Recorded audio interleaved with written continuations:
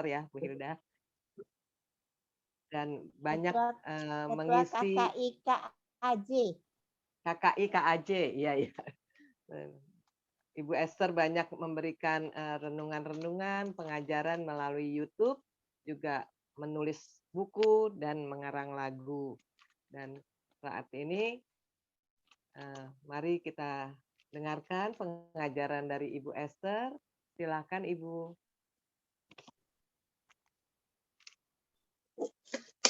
Oke, selamat malam semuanya. Selamat malam. Malam. Tadi harus dikoreksi sedikit, nanti Pak Stephen Lex kupingnya gatal dengarnya. Kalau dibilang tangan kanannya Pak Stephen harus tanya Pak Stephennya dulu. Dia menganggap saya tangan kanan, bukan. Bahkan barangkali bukan siapa-siapa. Yang pasti saya muridnya Pak Stephen di KPKS. Juga saya tahu devosi kerahiman dari Pak Stephen. Ya, itu sedikit tambahan informasi. Ya, buat teman-teman semua, mungkin sudah berkali-kali ya di Paroki Cideng mengadakan novena kerahiman. Udah berapa kali Ibu Hilda? Udah sering. Udah sering. Nah, kalau udah sering sebetulnya udah nggak perlu lagi ada seminar ini Ibu Hilda. Tapi kan banyak orang baru dan di Oh gitu. negara. Terus mengingatkan Bu Esther, buat mengingatkan. Iya, mengingatkan. lagi ya. Oke. Jadi mungkin saya akan bahasnya nggak terlalu detail, akan cepat. Dan mungkin nanti lebih banyak teman-teman kalau ada tanya jawab aja ya. Oke, kita mulai. Siapa yang co-host? Ibu siapa bantu saya tadi? Ibu Rosiana ya yang bantu, atau Ibu Pak Thomas? Pak Thomas. Pak Thomas atau Pak Ruli. Halo Pak Thomas. Kita mulai Pak Thomas. Ya, udah di-share. Ya, silahkan. Slide berikut. Ya, buat teman-teman, buat refresh ya, buat ingat lagi bahwa novena itu kan dimulai Jumat Agung. 9 hari berturut-turut. Dan pasti di Paroki Cideng sudah lakukan dengan benar lah ya. Nah, yang menjadi concern kita adalah kenapa ya Yesus menyuruh Suster Faustina untuk melakukan novena menjelang pesta kerahiman ilahi. Itu ada di 10:59. Kalau kita lihat, kenapa ya? Mungkin salah satunya karena sebagai persiapan kita untuk masuk ke pesta kerahiman. Memang tidak disebutkan oleh Tuhan Yesus di dalam diary bahwa salah satu syarat untuk memperoleh indulgensi penuh itu novena. Nggak ada ya. Ya sejauh yang saya baca diary nggak ada ketentuan seperti itu. Untuk pesta kerahiman, persyaratannya kita menerima sakramen tobat, kita berdoa wujud Bapa Paus, kita menerima komuni pada pesta kerahiman, dan melakukan perbuatan belas kasih. Jadi novena ini bukan bagian daripada persyaratan untuk pesta kerahiman ilahi. Tapi kalau kita mau lihat lebih luas, bukan hanya yang tersurat, tapi kita mau lihat yang tersirat. Yesus yang minta untuk diadakan novena kerahiman ilahi 9 hari berturut-turut mulai dari Jumat Agung. Kalau Jumat Agung kita hitung Jumat, Sabtu, Minggu Paskah terus ya. Sampai 9 hari, besoknya itu adalah pesta kerahiman. Jadi kalau menurut saya, novena kerahiman ilahi adalah sebetulnya sebagai satu persiapan kita masuk ke pesta kerahiman. Lanjut Pak Thomas. Nah, ini sekedar contoh aja. Waktu itu Suster Faustina bilang bahwa wujud doa novena yang Pak Faustina lakukan waktu itu adalah wujud doanya supaya seluruh dunia bertobat. Supaya seluruh dunia kenal kerahiman ilahi. Wujud doa ya, sama seperti tadi teman-teman juga sudah berdoa koronka dengan wujud doa yang sangat panjang, yang sangat detail. setiap tahun bisa saja novena yang diadakan itu dengan wujud yang berbeda-beda. Tapi tetap fokusnya adalah 9 kelompok jiwa yang memang Yesus minta untuk didoakan. Di 10:59, Yesus bilang ya, kenapa perlu diadakan novena kerahiman ilahi. Dengan kita berdoa untuk 9 jiwa tersebut, 9 kelompok jiwa tersebut, maka diharapkan setiap jiwa akan memuji kebaikanku.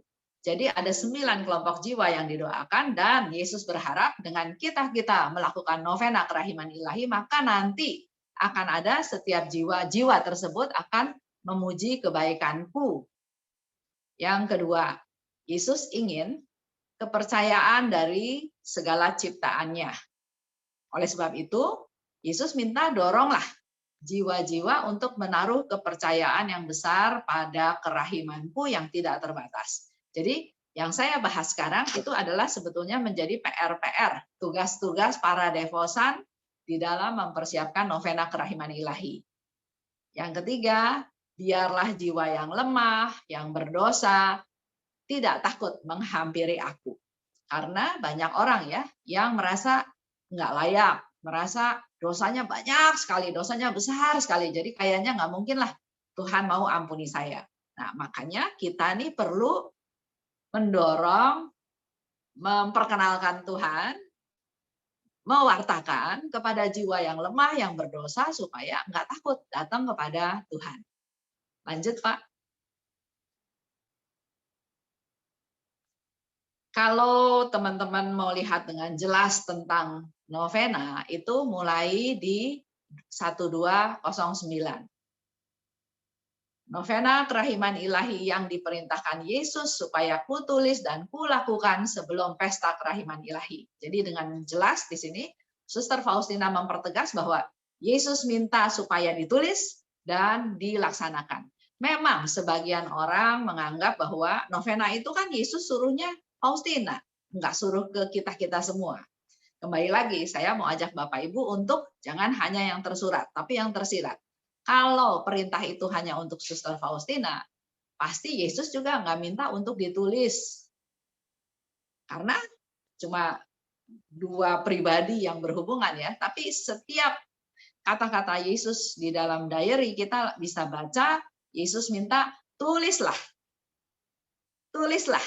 Jadi tulisan itu bukan hanya semata-mata untuk Suster Faustina, tapi untuk kita semua para devosan yang mendalami tentang devosi kerahiman ilahi.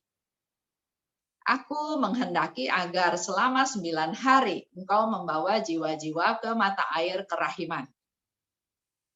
9 hari ya, tapi ada juga kelompok komunitas yang melaksanakan novenanya justru enggak 9 hari berturut-turut. Tapi kalau nggak salah seminggu 2 kali gitu ya. Nah, itu ada salah satu komunitas. Saya nggak tahu sekarang apakah mereka sudah 9 hari berturut-turut atau masih 1 minggu 2 kali. Yesus minta supaya kita membawa jiwa-jiwa ke mata air kerahimanku. Jadi selama 9 hari Bapak Ibu punya tugas membawa jiwa-jiwa ke mata air kerahimannya Tuhan.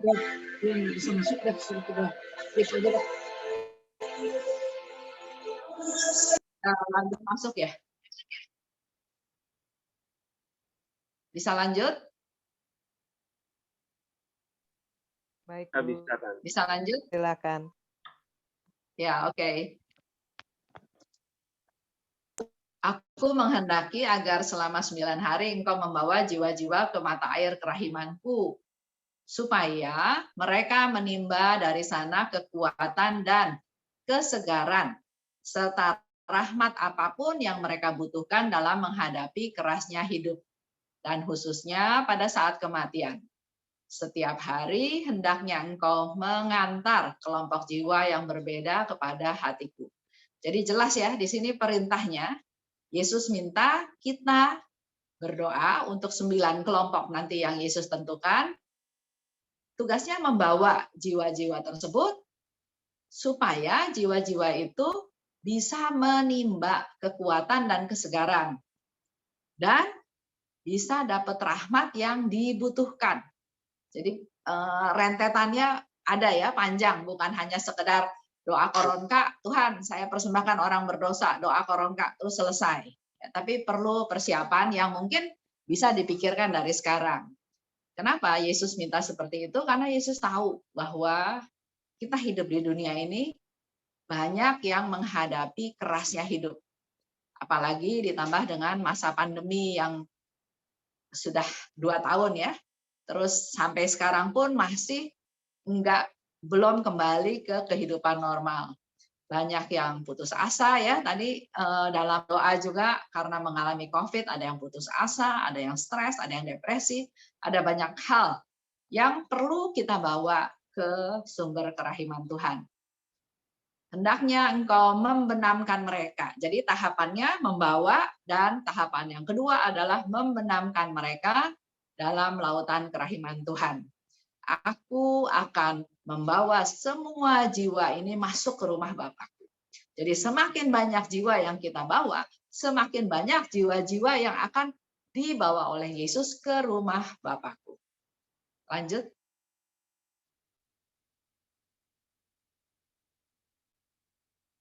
Ya, ini masih 12:09 ya. Engkau akan melakukan ini dalam kehidupan ini dan dalam kehidupan yang akan datang. Kita pernah dengar cerita di mana seorang yang sekarat, dia nggak mau didoakan. Ada seorang romo, tadinya juga dia nggak mau didoakan, tapi karena ada dorongan, akhirnya romo itu tidak berdoa, tidak sengaja khusus berdoa untuk si sakit, tapi dia bilang, saya mau berdoa di ruang si sakit, tapi bukan untuk si sakit. Dan dia berdoa koronka. Dan melalui proses, ternyata orang yang sekarat ini, orang yang sakit ini akhirnya mengalami pertobatan. Karena ternyata dia punya dosa besar yang menyebabkan satu keluarga terbunuh ketabrak kereta api, tapi justru pastor itu adalah anak dari keluarga yang ditabrak kereta api gara-gara si orang yang sakit ini lalai menutup pintu kereta. Di dalam proses tersebut, si Romo bilang bahwa saya sudah mengampuni kamu dari sejak dulu. Dalam proses ya, akhirnya orang itu bertobat, dan yang luar biasa, yang menyuruh pastor ini berdoa buat yang sekarat adalah seorang suster. Romonya cari suster itu untuk konfirmasi bahwa pasien itu sudah bertobat, sudah melepaskan segala ketakutannya, dosa-dosanya, tapi ternyata susternya dicari nggak ada kan? Sampai akhirnya suatu hari pastor ini pergi ke Krakow, ke Polandia, dan dia melihat fotonya Suster Faustina. Suster Faustina sudah meninggal. Tapi di sini bisa membuktikan bahwa engkau akan melakukan ini dalam kehidupan ini dan dalam kehidupan yang akan datang. Suster Faustina walaupun sudah meninggal, dia tetap berkarya, dia tetap rindu keselamatan jiwa-jiwa. Yesus katakan lebih lanjut, aku tidak akan menolak apapun dari jiwa yang engkau bawa ke mata air kerahimanku. Aku tidak akan menolak apapun dari jiwa yang engkau bawa. Jadi Bapak Ibu jangan ragu-ragu. Orang ini saya bawa enggak ya? Aduh dosanya berat sekali. Aduh banyak reason, banyak alasan ya. Tapi di sini Tuhan Yesus bilang, aku tidak akan menolak apapun dari jiwa yang kau bawa. Siapapun bawa pada Tuhan. Demi kekuatan sengsaraku yang pedih, setiap hari hendaknya engkau minta kepada Bapakku rahmat bagi jiwa-jiwa tersebut. Jadi ada PR lagi, di mana kita diharapkan untuk berdoa, minta kepada Allah Bapa rahmat untuk jiwa-jiwa tersebut. Lanjut. Nah, sekarang kita masuk ya ke novenanya. Novena itu adalah doa 9 hari berturut-turut. Biasanya kita lakukan novena itu kalau kita ada permohonan khusus, ada permohonan istimewa, kita lakukan doa seperti itu. Nah, kita sebagai devosan diminta oleh Yesus untuk melakukan novena kerahiman ilahi. Jadi ada 9 hari ya. Hari pertama, Yesus minta, bawalah kepadaku seluruh umat manusia, khususnya yang berdosa. Dan tahapan kedua, selain membawa, benamkanlah mereka dalam samudra kerahimanku. Dua hal ini perlu dilakukan karena Yesus bilang, dengan cara ini Bapak Ibu menghibur aku dalam jurang kepedihan yang disebabkan oleh hilangnya jiwa-jiwa. Yesus itu sedih kalau ada yang berdosa, karena berdosa otomatis putus hubungan sama Tuhan. Dan Yesus mau kita bawa jiwa tersebut, kita benamkan, dan dengan cara itu Bapak Ibu menghibur Yesus. Oke, lanjut.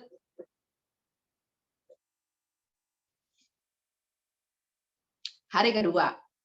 Hari pertama, seluruh dunia dan orang-orang berdosa. Hari kedua, Yesus minta spesial. Kita bawa jiwa-jiwa para imam dan kaum religius. Jadi kita fokusnya kepada para imam kaum religius, termasuk Bapak Paus juga ya, Paus, Kardinal, Uskup, dan seterusnya. Selain membawa, juga benamkanlah dalam kerahimanku yang tidak terhingga. Kenapa Yesus minta supaya kita membawa dan membenamkan para romo dan juga kaum religius? Karena ternyata mereka itu memberi kekuatan pada Yesus waktu Yesus menanggung sengsara yang pahit. Kita tahu ya, di jalan salib Yesus 3 kali. Dia bukan pura-pura jatuh, dia memang betul-betul habis tenaganya, kesakitan, kecapean, memang habis semuanya, akhirnya dia jatuh. Dia bangkit itu salah satunya adalah karena para romo dan kaum religius yang memberi kekuatan kepada Yesus untuk menanggung sengsara Yesus yang pahit. Jadi kita perlu berdoa buat para romo terutama ya. Jangan justru menggoda dalam tanda kutip, malah banyak nanti romo yang lepas jubah. Gara-gara ibu-ibunya terlalu baik dalam tanda kutip ya. Menjadi salah kaprah, jadi akhirnya mengganggu para romo. Selain itu, selain memberi kekuatan, tapi Yesus juga mau pakai para romo itu untuk menjadi saluran kerahimanku untuk mengalir pada umat manusia. Jadi kita perlu berdoa buat para romo, lindungi para romo, dikuatkan, dijauhkan dari segala godaan, dari cobaan, supaya dia bisa setia sampai akhir. Saya cerita satu cerita ya, Romo Mengko. Nggak tahu Paroki Cideng pernah kenal nggak Romo Mengko. Tapi Romo Mengko itu pernah ada di Paroki Santo Andreas. Dan di saat-saat terakhirnya dia masuk rumah sakit, dia minta supaya kita ini berdoa supaya dia mampu menyatukan sengsaranya dengan sengsara Yesus. Dia akhirnya keluar dari rumah sakit, tapi kondisinya tetap nggak bagus. Dia sendiri yang bilang, saya minta sakramen perminyakan. Dia bahkan pesen jubah ya, jubah hati Yesus yang Maha Kudus, karena memang dia dari MSC ya. Dan ternyata sudah terima sakramen perminyakan, dia juga sudah mempersatukan sengsaranya dengan sengsara Yesus, dia juga sudah terima jubah pastor, dan dia pulang dengan damai. Dia bahkan memegang koronka di tangannya. Jadi, Romo Mengko sudah berjuang sampai titik akhir dan tetap setia. Nah, melalui mereka, Yesus bilang, mereka adalah saluran-saluran kerahimanku untuk dialirkan ke umat manusia. Itu kenapa kita perlu berdoa buat para romo. Hari ketiga, kita berdoa untuk mereka yang taat dan setia ya, yang saleh dan setia. Dulu sebelum saya kenal devosi kerahiman, saya nggak pernah berpikir saya perlu berdoa untuk yang saleh dan setia. Malah harusnya orang yang saleh dan setia yang doain kita yang dosa-dosa ya. Tapi ternyata Yesus punya tujuan kenapa kita harus doain yang saleh dan setia. Tetap ya, tahapannya Bapak Ibu, bawalah mereka kepada Tuhan dan benamkanlah mereka dalam lautan kerahimanku. Kenapa? Karena jiwa ini justru memberi penghiburan di sepanjang jalan salib. Kalau tadi para romo dan kaum religius memberi kekuatan menanggung sengsaranya yang pedih, tapi kalau jiwa-jiwa yang saleh dan setia ini tanpa mereka sadari juga, ternyata mereka itu memberi penghiburan kepada Yesus di sepanjang jalan salib. Kita bisa lihat juga kayak Veronica. Veronica melakukan tindakan yang sangat kecil ya, mengusap wajah Yesus, tapi hal itu mendatangkan satu penghiburan yang besar buat Tuhan, dan Tuhan memberikan wajahnya langsung kepada Veronica. Katakan oleh Yesus di 1214, mereka adalah tetes penghiburan di tengah lautan kepahitan. Lanjut, yang keempat. Untuk orang-orang yang tidak beriman dan mereka yang belum kenal Yesus. Sampai hari ini masih banyak yang belum kenal Yesus. Kenapa mereka belum kenal Yesus? Karena mungkin mereka nggak ada yang memperkenalkan Yesus pada dia. Nggak ada yang cerita, nggak ada yang bersaksi. Dalam hidup kita sehari-hari juga mungkin kita tidak bersaksi kepada mereka, sehingga mereka nggak melihat betapa baiknya Tuhan, betapa Tuhan itu Maha Rahim. Ya, jadi perlu ada yang memperkenalkan Yesus pada mereka. Bukan menjadi pewarta, bukan koar-koar, tapi mungkin dengan sikap hidup kita. Sikap kita ke pembantu barangkali, atau sikap kita ke orang-orang lain, di mana mereka akan melihat ada sesuatu kekuatan yang besar di balik kita yang menyebabkan kita itu melakukan sesuatu yang buat dia itu menjadi sesuatu surprise. Ada ya yang di Alkitab di Matius ya, hendaknya terangmu bercahaya di hadapan orang sehingga orang yang melihatnya itu bukan memuji engkau tapi memuji Allah Bapa. Jadi kalau kita melakukan perbuatan baik dan orang memuji kita, belum sesuai dengan firman Tuhan. Karena yang harus terjadi adalah orang itu mencari tahu kenapa ya.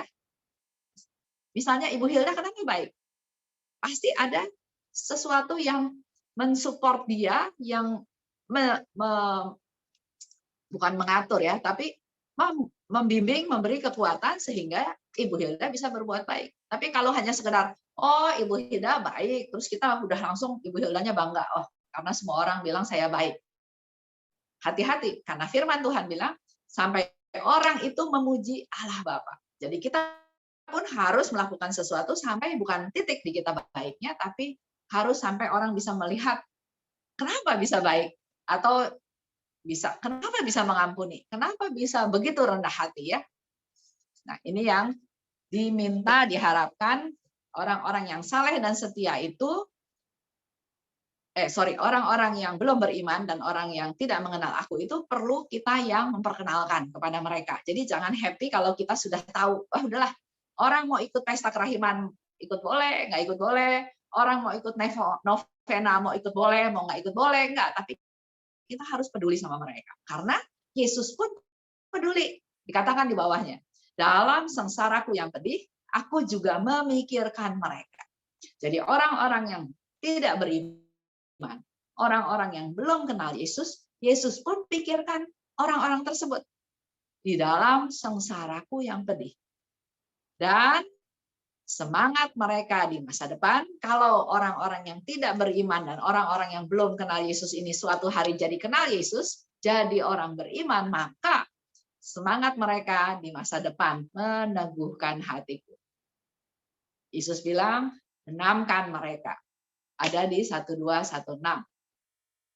Kelompok kelima, orang yang sesat dan meninggalkan gereja.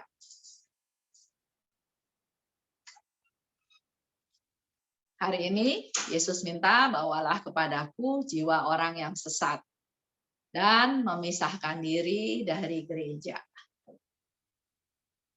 Kalau dulu kita ya barangkali orang itu sesat, orang itu berdosa, orang itu meninggalkan gereja. Kadang-kadang kita pikir ya sudahlah, biarin aja. Saudara bukan, kenal juga enggak, dia mau hidup benar, mau hidup susah, ya terserah dialah, masa bodoh gitu kan. Tapi melalui novena kerahiman ilahi, Tuhan justru minta kita berdoa buat jiwa-jiwa yang sesat, yang meninggalkan diri, yang memisahkan diri dari gereja. Karena setiap mereka menjadi sesat, setiap mereka meninggalkan gereja, sebetulnya setiap kali itu mereka itu sedang mencabik-cabik tubuhnya Tuhan. Mencabik-cabik tubuh dan hatiku, yaitu gerejaku, dan aku merasakan sengsara yang pedih. Jadi kalau buat kita barangkali ya ada orang satu nyebrang ke Sungai Yordan, ada satu orang lagi misalnya pergi kemana, buat kita mungkin ya udahlah, Katolik besar kok, banyak kok, hilang satu ya udah nggak apa-apa. Tapi melalui hari ini kita bisa tahu bahwa hilangnya mereka itu adalah membuat Yesus merasakan sengsara yang pedih. Tapi begitu mereka kembali menjadi sembuh, maka mereka meringankan sengsaraku. Salah satu cara untuk kita membantu Yesus meringankan penderitaan Yesus adalah berdoa buat mereka yang sesat, buat mereka yang memisahkan gereja, supaya pada suatu hari mereka kembali. Hari ke-6, buat yang rendah hati, yang murah hati dan anak-anak ya, buat yang lemah lembut, yang rendah hati dan jiwa anak-anak. Tetap ya, permintaan Yesus selalu bawalah kepadaku. Dan hari ini jiwa-jiwa yang lemah lembut dan rendah hati serta anak-anak. Dan tahapan kedua adalah benamkan mereka dalam kerahimanku. Jiwa-jiwa yang lemah lembut, yang rendah hati, Yesus katakan, jiwa ini paling menyerupai hatiku. Di saat aku menjalani sakratul maut yang pedih, mereka menguatkan aku. Dan aku melihat mereka seperti malaikat di bumi yang akan berjaga di sekitar altarnya Tuhan. Jadi jiwa yang lemah lembut, yang rendah hati, Yesus akan melihatnya itu seperti itu. Bagai malaikat di bumi yang menjaga seluruh altarku.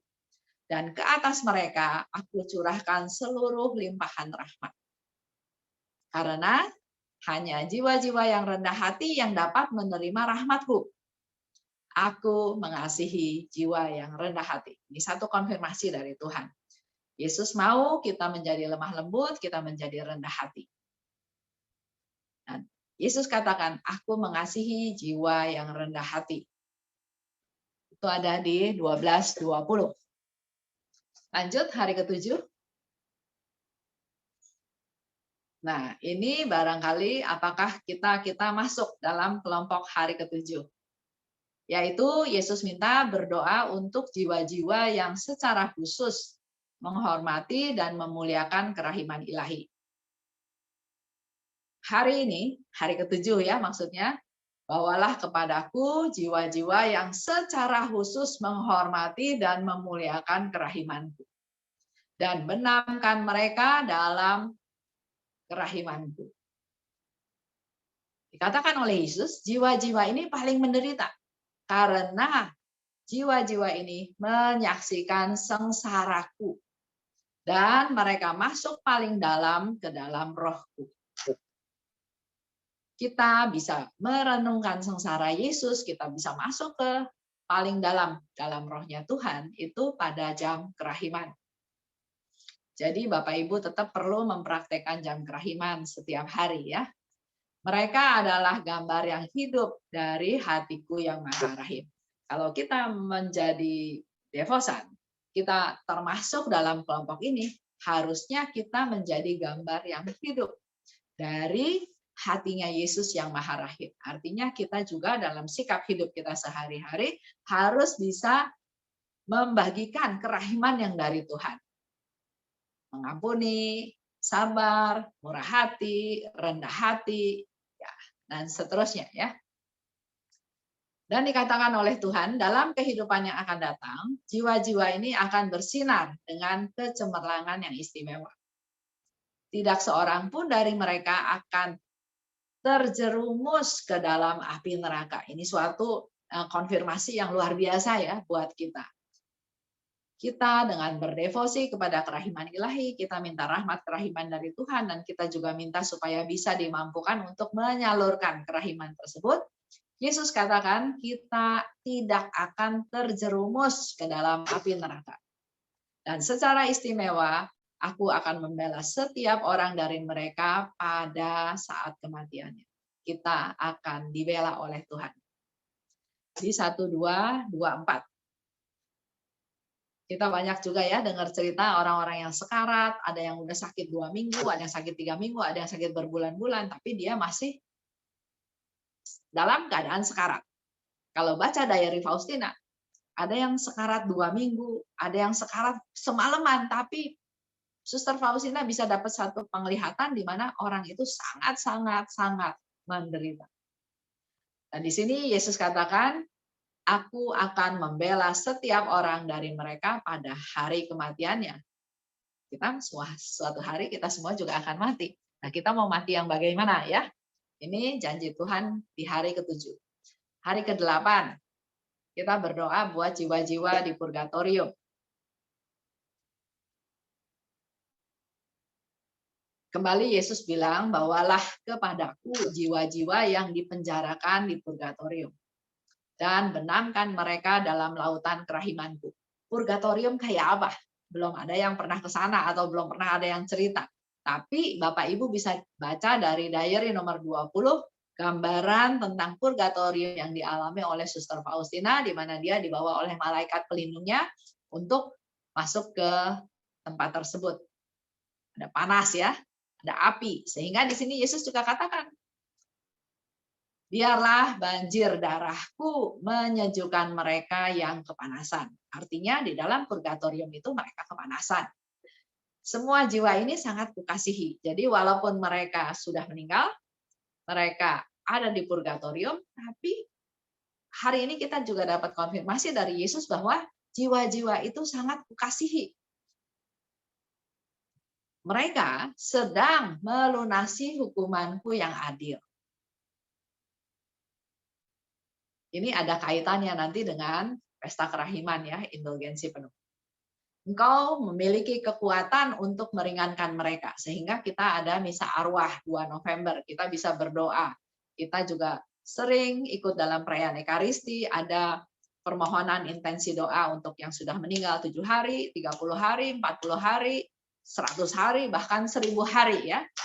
Ada permohonan-permohonan untuk meringankan mereka. Karena mereka udah nggak bisa nolong diri mereka sendiri. Hanya kita yang di dunia yang bisa menolong. Dan Bapak Ibu perlu ingat tentang persekutuan para kudus. Tadi di doa Koronka aku percaya, kita sebut juga ya persekutuan para kudus. Persekutuan para kudus itu adalah kita-kita yang masih hidup di dunia, jiwa-jiwa yang di purgatorium, dan jiwa-jiwa yang sudah dimuliakan, yang sudah dikuduskan. Jadi ada 3 kelompok, tapi ini sebetulnya disebut persekutuan para kudus. Yesus bilang, ambillah segala indulgensi dari kasanah gerejaku dan persembahkanlah semua itu demi mereka.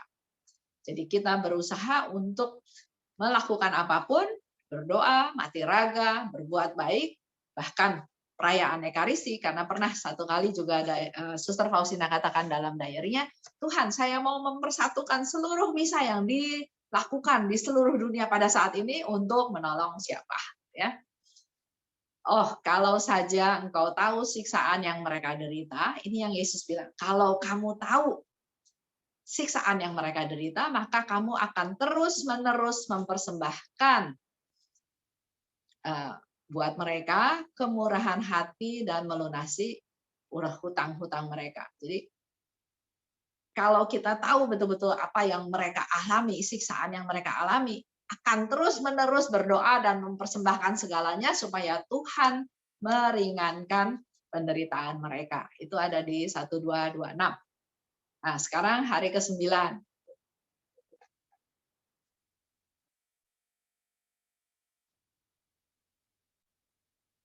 Pak Thomas? Ya, hari ke-9. Jiwa yang suam-suam kuku. Apakah kita masuk ke dalam kelompok ini? Ya, bawalah kepadaku jiwa yang suam-suam kuku dan benamkanlah mereka dalam lubuk kerahimanku. Jiwa ini ternyata paling nyeri melukai hatiku. Dari 9 kelompok jiwa, Yesus katakan jiwa yang suam-suam kuku adalah jiwa yang paling nyeri melukai hatiku. Karena jiwa-jiwa yang suam-suam kuku ini, jiwaku merasakan kejijikan yang paling mengerikan di Taman Getsemani. Kita tahu ya dari cerita apa yang dialami oleh Yesus di Taman Getsemani. Penderitaan, dia berdoa sendiri sampai dia mengeluarkan peluh bercampur dengan butir-butir darah. Karena jiwa yang suam-suam kuku ini, sehingga dikatakan oleh Yesus, mereka yang menyebabkan aku berseru kepada Bapa, Bapa, ambillah piala ini dariku kalau engkau memang menghendakinya.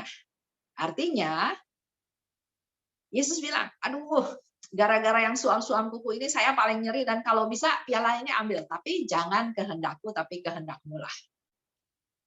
Bagi mereka, bagi orang, bagi jiwa-jiwa yang suam-suam kuku, harapan terakhir untuk selamat adalah berlari kepada kerahimanku. Nah, kalau mau baca tentang suam-suam kuku ya, saya kan bikin buku ini ya, semua sudah tahu ya, buku Pesta Kerahiman Ilahi, isinya ya ringkasan untuk mempermudah Bapak Ibu untuk mempersiapkan novena dan Pesta Kerahiman Ilahi. Kalau saya jelasin satu-satu mungkin waktunya nggak cukup. Tapi saya coba mau baca yang suam-suam kuku ya. Ada di halaman 24. Suster Faustina mengungkapkan siapa sebenarnya jiwa yang suam-suam kuku ini. Mereka adalah jiwa yang tidak percaya pada hati Yesus. Itu ada di diary nomor 50. Kalau Bapak Ibu tidak percaya, sebetulnya sudah suam-suam kuku. Walaupun setiap minggu ke gereja atau setiap hari ikut misa pagi ya. Yang kedua, jiwa yang acuh tak acuh terhadap Tuhan. Itu ada di 284. Lagi suka ke gereja, ya ke gereja. Lagi nggak suka, ya udah nggak mau ke gereja dulu. Pelayanan, lagi moodnya bagus, pelayanan. Lagi moodnya jelek, nggak mau pelayanan. Nah ini orang yang acuh tak acuh terhadap Tuhan. Lanjut. Jiwa yang mengabdi Tuhan, tapi kurang percaya. Dan pada waktu menghadapi tantangan, jiwa ini lari dari pertempuran, nyerah. Tuhan, udah saya nggak sanggup, saya putus asa. Saya cari orang pinter aja daripada doa sama Tuhan, tapi Tuhan nggak jawab-jawab. Ya. Itu ada di 287. Jiwa yang nggak tahu terima kasih. Nah, Bapak Ibu, kalau termasuk mohon sama Tuhan, Tuhan kabulkan, dan Tuhan udah kabulkan, terus seolah-olah ya sudah seharusnya. Enggak ya. Kita harus berterima kasih pada Tuhan atas segala apa yang sudah kita alami, yang menurut kita baik maupun yang menurut kita tidak baik. Karena yang Tuhan beri pasti yang terbaik. Lanjut. Jiwa yang tampak seperti batu, yang selalu dingin, acuh tak acuh, dan jiwa itu hanya fokus buat dirinya sendiri. Kalau itu menguntungkan saya lakukan. Keputusannya adalah apa yang saya dapat. Jadi orang itu dingin, kaku, nggak peka. Itu juga termasuk yang suam-suam kuku. Ada di 698. Ada di 1284. Jiwa-jiwa yang meninggalkan Yesus dan menyibukkan diri dengan hal-hal lain. Ada di 1385. Mungkin sederhananya ya, jiwa yang meninggalkan Yesus. Bapak Ibu datang ke gereja, ikut perayaan Ekaristi, terima komuni. Sudah terima komuni, duduk. Lagi tunggu, umat lain juga lagi terima komuni, belum selesai. Mulailah si Bapak ngobrol sama anaknya. Udah dari sini, kita pergi makan di mana ya? Yuk kita jalan-jalan ke mall. Sekarang udah boleh masuk mall. Bercerita. Padahal kita baru nyambut Yesus, kita baru Yesus baru ada di dalam hati kita, ada di dalam tubuh kita, tapi bukan fokusnya pada Yesus yang ada di dalam diri kita, tapi lebih fokusnya udah dari perayaan Ekaristi ini mau kemana? Di sini mungkin yang dikatakan jiwa yang meninggalkan Yesus dan menyibukkan diri dengan hal-hal lain. Itu ada di 1385. Jadi beberapa contoh aja ya, beberapa contoh jiwa-jiwa yang suam-suam kuku. Itu aja untuk hari ini tentang novena kerahiman. Silahkan kalau ada yang mau tanya.